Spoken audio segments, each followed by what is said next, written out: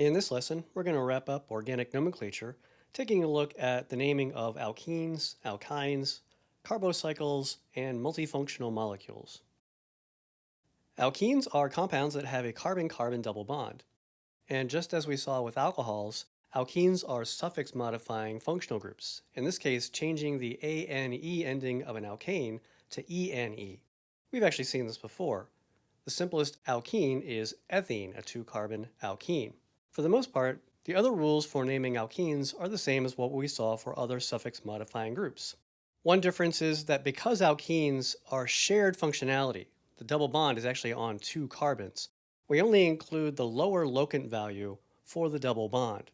So if you look at this example here, we have a four-carbon chain, so it's going to be a butane derivative, and we numbered the parent chain starting on the end that is closer to that functional group, in this case the left end.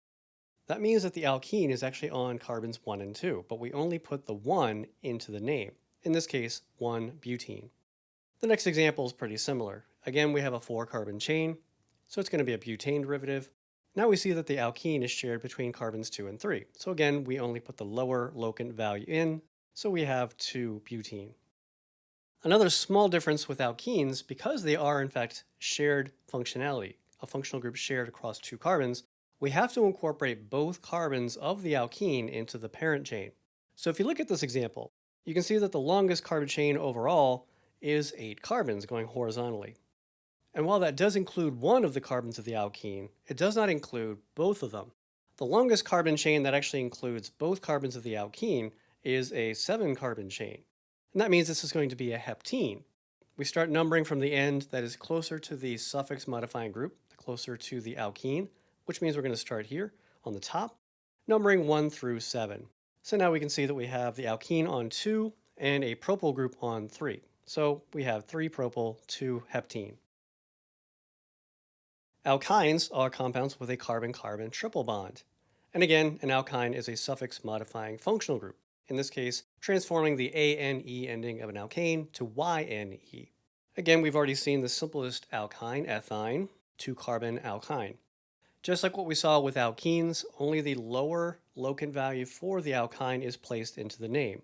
So if you look at this example, the parent chain is going to be 7, so we have a heptane derivative. We start numbering the parent chain on the end closest to the functional group, which in this case is going to be the far right. So we can see that the alkyne starts on carbon number 1, so this is just one heptyne. Similar to what we saw with alkenes, both carbons do have to be incorporated into that parent chain. So here's just another example. You can see in this case, we need to get to that alkyne as quickly as possible, and that would be numbering the carbon chain from the right, placing the alkyne starting on carbon 2.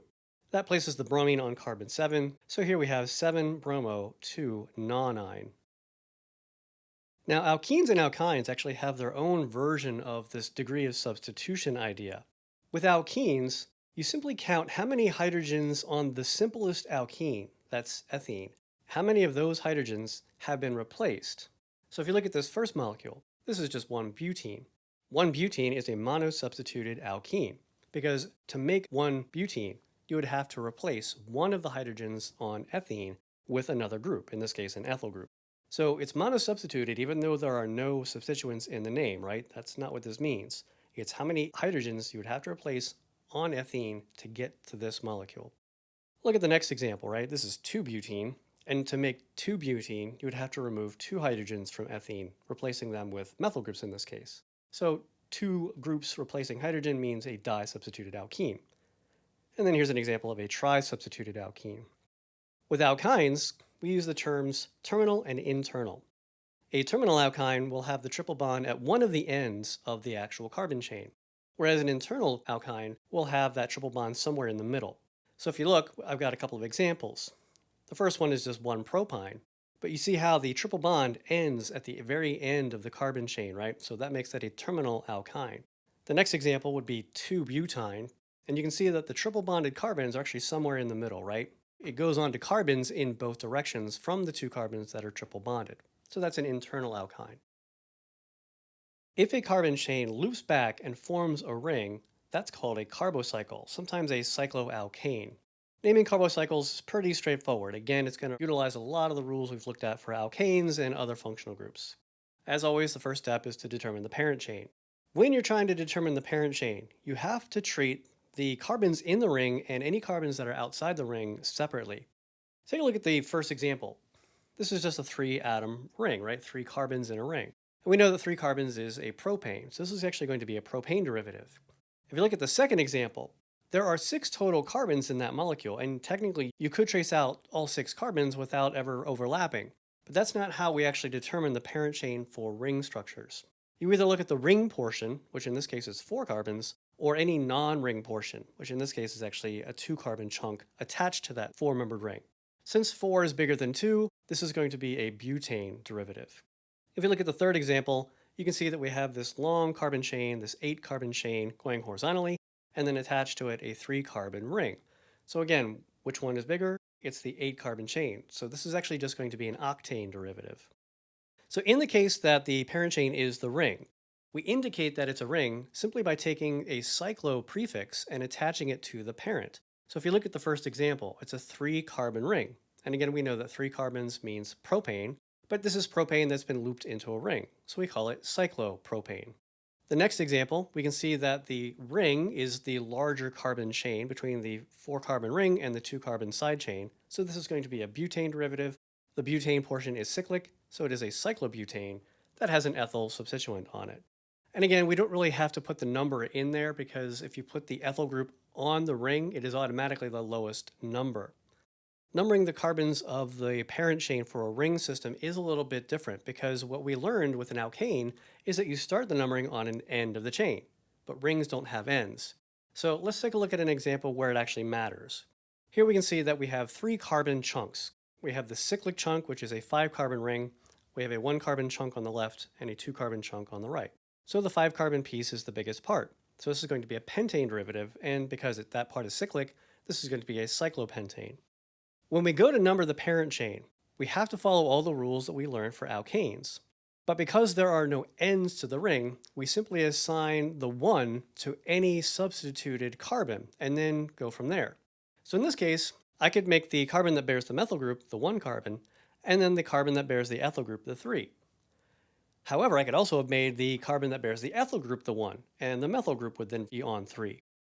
This is one of those absolute ties. And when an absolute tie is there and you have no other substituents to break the tie, you rely on the alphabet. And since ethyl comes before methyl, the ethyl group gets the lower number, which in the ring is automatically 1. So that means this is going to be 1-ethyl, 3-methyl cyclopentane. Naming carbocycles when the ring is not the parent chain is a little bit different. If the ring is not the parent chain, then it's a substituent. Take a look at this example. We have an 8-carbon chain going horizontally, and then we have a 3-carbon ring. Well, the 3-carbon ring is smaller than the 8-carbon chain. So that means that the 8-carbon chain, the octane, is going to be the parent compound, and the 3-membered ring, which we now know as cyclopropane, is going to be a substituent. This is called a cycloalkyl substituent, and cycloalkyl substituents are named pretty much the same as alkyl substituents. This would have been cyclopropane. It's cyclopropane minus a hydrogen attached as a substituent to a larger parent chain, so we call it cyclopropyl. So we know that it's a cyclopropyl group. We know we have octane. We number the carbons of the parent chain, starting from the end that is closer to a substituent, which in this case is left to right, and we can see that the cyclopropyl group is on 4, so we have 4 cyclopropyl octane. Now remember, we have this rule back from when we talked about functional groups and naming those, that the parent chain must contain any suffix modifying functional groups. And that can actually be a little bit weird when dealing with ring systems. Take a look at this first example. We have a cyclic part, which is this 6-membered ring, so a cyclohexane. And then we have this 2-carbon chain attached to it, right? And that's an ethane derivative. Ethane is smaller than cyclohexane. So you might be tempted to think that the cyclohexane is going to be the parent chain. But it's not. We have an alcohol in this molecule, and alcohols are suffix modifying functional groups. And that means that the carbon that bears the OH has to be a part of the parent chain. And that means that the parent chain here is actually ethane, right? That's the longest carbon chain that includes the carbon bearing the OH. And remember, you can't mix and match ring carbons and non-ring carbons. It's one or the other. That means that this is actually an ethanol derivative. We would then number the parent chain starting in the end that is closer to the functional group. Remember that suffix modifying groups have a numbering priority over prefix modifying groups. So that means that the 1 carbon is the carbon that bears the OH. And that means that we have a cyclohexyl group attached to the 2 carbon. So here we have 2 cyclohexyl, 1 ethanol. One more example for naming carbocycles. Here we've got a four-membered ring alkene. So the four-membered ring is going to be the parent chain, not because it's bigger, but because it actually has that suffix modifying alkene functional group. Where this gets a little different is in the numbering. So we know that the four-membered ring is the parent chain. Which carbon gets the 1? And then which direction do we count? Clockwise or counterclockwise? Well, we know that suffix modifying groups have a numbering priority over prefix modifying groups. So here we have an alkene, which is a suffix group, and a methyl, which is a prefix group. So automatically we know that one of the two double bonded carbons is going to be the number 1 carbon. To decide which one, you simply try both and number sequentially to figure out what gives you the lower numbers for everything else. But remember, with alkenes, you have to number through the actual double bond. If I were to start on this top right carbon and make that number 1, then the number 2 carbon would have to be below it because you have to go through the alkene when numbering. So if this were the number 1 carbon, the one below it would be 2, to the left would be 3, and that means the methyl would be on 4. But look at what happens if you actually make the number 1 carbon the one on the lower right. Again, you have to number through the alkene, so that means that the number 2 carbon must automatically be the one above it. And that means that the methyl group is now on 3, and that's lower than 4. So we can automatically give the alkene the value of 1, but by starting on the bottom right, we can actually get the methyl group to be on 3, and that's the lowest it can be. So this is going to be 3-methyl-1-cyclobutene. So now that we've learned how to name a variety of different functional groups, we can start putting them together. How do we name molecules that actually have multiple suffix modifying functional groups? Well, look at this first example. We can see that we have an alkene and we have an alcohol. We can also see that the longest carbon chain is a 6-carbon chain going horizontally. When you have multiple functional groups, all of the carbons that bear functionalities have to be incorporated into the parent chain. In this case, the 6 carbons going horizontally do not contain all 3 of the functionalized carbons, the alcohol carbon and the 2 alkene carbons. That means that this is actually going to be a 5-carbon chain for the parent chain. So now that we know what the parent chain is, we can go ahead and number it. When you have multiple suffix modifying groups, there's actually a prioritization for those functionalities. In other words, some suffix modifying groups have our numbering priority over others. For the 4 suffix modifying groups that we've covered, alcohols have the highest priority, followed by amines, and then alkenes and alkynes. So looking at this example, we can see that if we start on the right, we would have the alcohol on the 2 carbon, and that would place the alkene on 4. If we started on the top, that would make the alkene start on 1, but that would place the alcohol on 4. And because the alcohol has a higher priority than the alkene, that's not what we do. We have to start on the far right to give the alcohol the lowest number possible, again, starting from an end of the carbon chain. Now, how these molecules are actually named is partly dependent on the kinds of functional groups that are present. If either of the functional groups is an alkene or an alkyne, we simply put the name together with both suffixes. So in this example, we can see that we have an alcohol, we have an alkene, we have a 5-carbon parent chain, and then we have an ethyl group sticking off of the 4-carbon.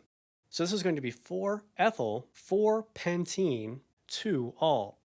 Because it's both a pentene and a pentanol, we have to separate those 2 functional groups, each one preceded by its locant. And that means that we have to put the 2 directly in front of the ol. It's also okay to put the 4 right in front of ene. In other words, this could also be named 4-ethyl, pent 4-ene, 2-ol. But that's really cumbersome to say, so again, most organic chemists don't do that. They put the first locant for the first suffix group in front of the parent name, so 4-pentene, and then the other locant for the more important suffix group right before the suffix, so 2-ol. Now, when neither of the 2 functional groups are an alkene or an alkyne, we actually do it differently. The higher priority functional group is placed as a suffix as always, but now the lower priority functional group is introduced as a prefix. Most functional groups have both a suffix and a prefix version for naming. For alcohols, the prefix is hydroxy, and for amines, the prefix is amino. And for now, that's all we really need to know. So to name this molecule, we can see that there is a 7-carbon chain going horizontally, and it does contain both carbons bearing both functional groups. So this is going to be a heptane. It's an alcohol, and it's an amine. And we know that alcohols have a higher priority, so for numbering, we start on the side closer to the alcohol. So that makes the alcohol on 2, and the amine on 5. To assemble the name, We treat the amine as a prefix now, an amino prefix, so 5-amino, and then just 2-heptanol as it would have been anyway. The last thing to consider is when you have multiples of the same functional group. And this is handled very similarly to when you have multiples of a prefix group. We use counter prefixes. So in this case, you can see that we have this 7-carbon chain and it has 2 alkenes. So this is going to be a diene, specifically a heptadiene. We number the carbon chain starting on the end that is closer to either of those functional groups. In this case, that would mean starting on the left, placing the alkenes on carbons 2 and 4. Just like what we saw when you had multiples of the same prefix group, you separate the locants with commas. So in this case, 2, 4 heptadiene. And you would do the same for diols. You would have 1, 3 pentadiol or what have you.